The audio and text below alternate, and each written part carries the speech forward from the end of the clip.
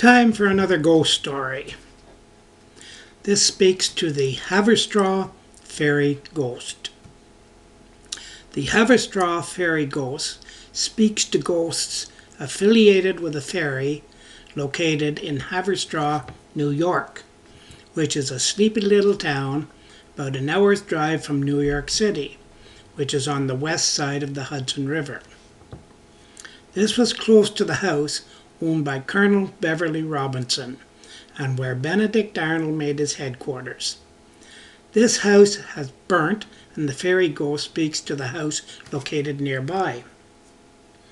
The house in question stands directly on the river, and including the basement, there are 4 floors. The owner and occupant, a Miss Brown, believes her house is haunted by 1 or possibly 2 ghosts. A beautiful 30-year-old woman known as K.S.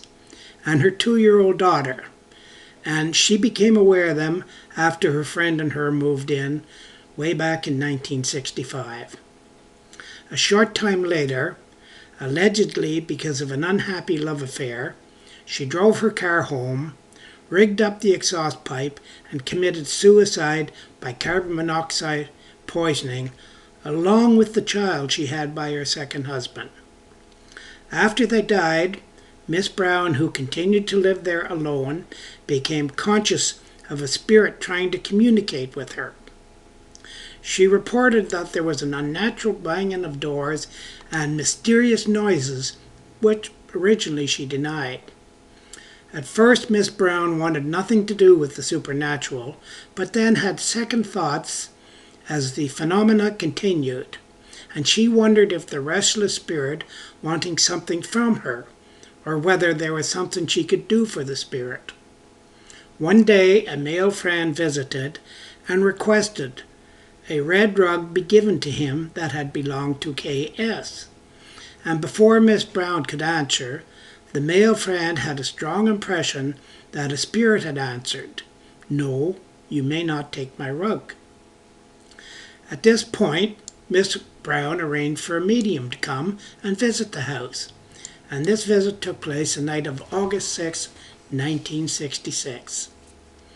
The medium reported seeing 3 men and a woman from Revolutionary times, with one of the men being a prisoner and the woman being most concerned for the prisoner.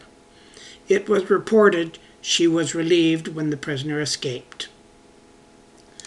The medium then reported contact with 2 more recent ghosts, a woman and a child. Kay's suicide took place after the 2 women and the child had lived in the house for a year and a half. Kay was extremely upset because her estranged husband was going to cut off support. He had announced a visit and she didn't want to see him, so that Sunday she committed suicide and killed her child. Miss Brown stated she always felt that someone was trying to communicate with her and had tried to ignore the knowledge, even drinking too much and using pills to deal with the supernatural. After contact was made by the medium, the house quieted down considerably, but it is not certain if it was because of contact with Kay and the daughter or the revolutionary spirits. This is the type of thing one can never be sure of. Thank you.